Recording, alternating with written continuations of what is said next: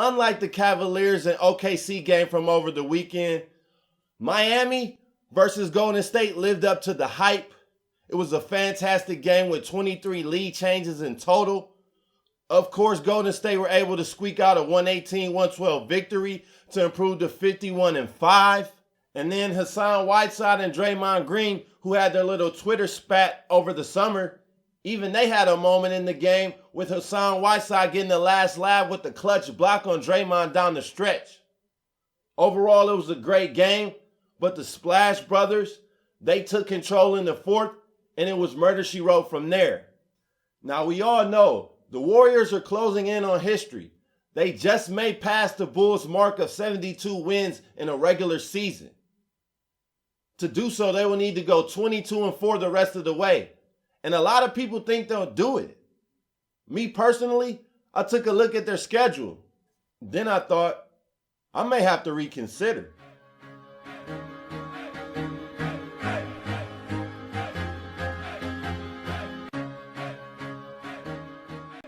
Welcome back to the Best Damn Sports Blog. Back again to talk NBA with you guys, specifically the Miami Heat and Golden State Warriors, because they played a fantastic game, finished 118-112, and it looked like the Heat were going to win the game from the jump. They jumped out to a double-digit lead in the first quarter, led by 4 at halftime, led after 3 quarters.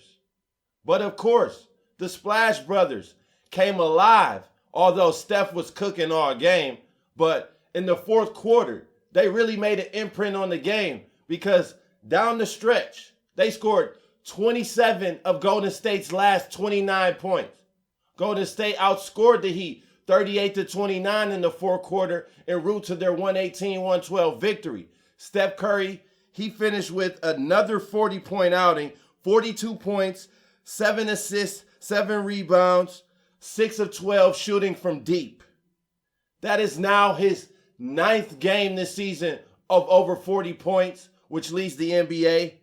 And Golden State improved to 9-0 whenever Steph goes for 40 plus. So please, let's stop the debate. Steph Curry is the best player in the NBA. Stop lying to yourself if you think otherwise. If you say otherwise, because it is a lie.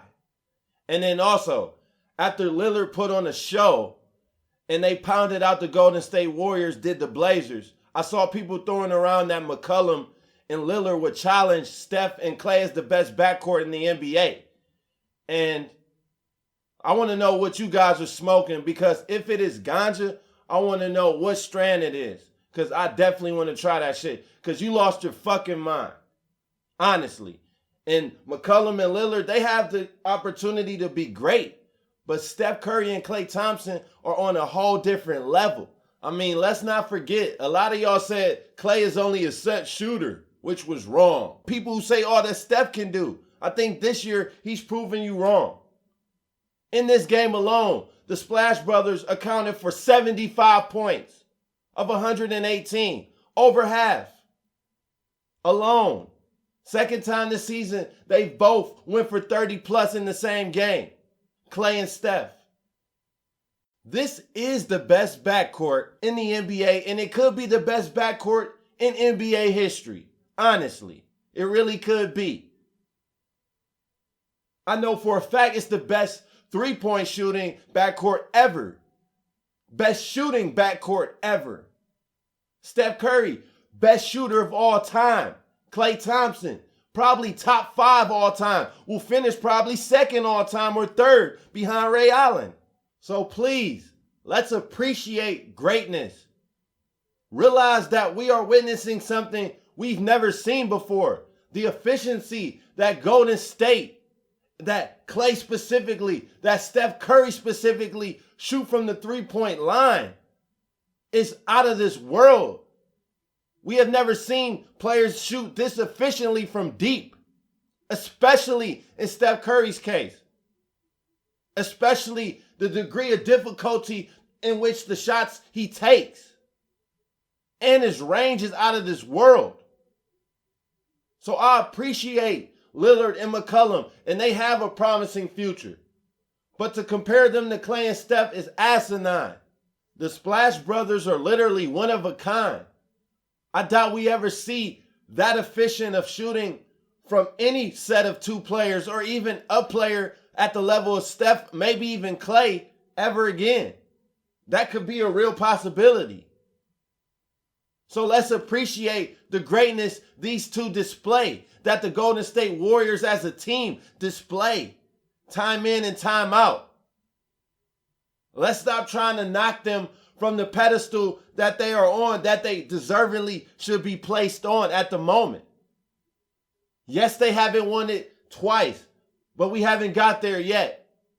And Golden State's greatness was on display in this game versus Miami because they didn't even play great, but were still able to prevail. Let's realize Dwayne Wade went for 30 plus for just the second time this season. Luol Deng went for 16 and 11 boards. Hassan Whiteside finished with 23 points and 11 rebounds. The Miami Heat played a great game overall. The thing is, Golden State more than doubled them up from three land. Golden State knocked down 13 three-pointers, and the Heat only knocked down 6. And that was the difference in the game. Honestly, that was the difference. If Miami were able to knock down a few more threes, they would have been able to see out that victory because the victory was there for Miami to take. They played a great game, but Steph and Klay turned it on in the fourth quarter. Klay went for 17, Steph went for 10, and it was murder she wrote that he got outscored 38-29. Game over.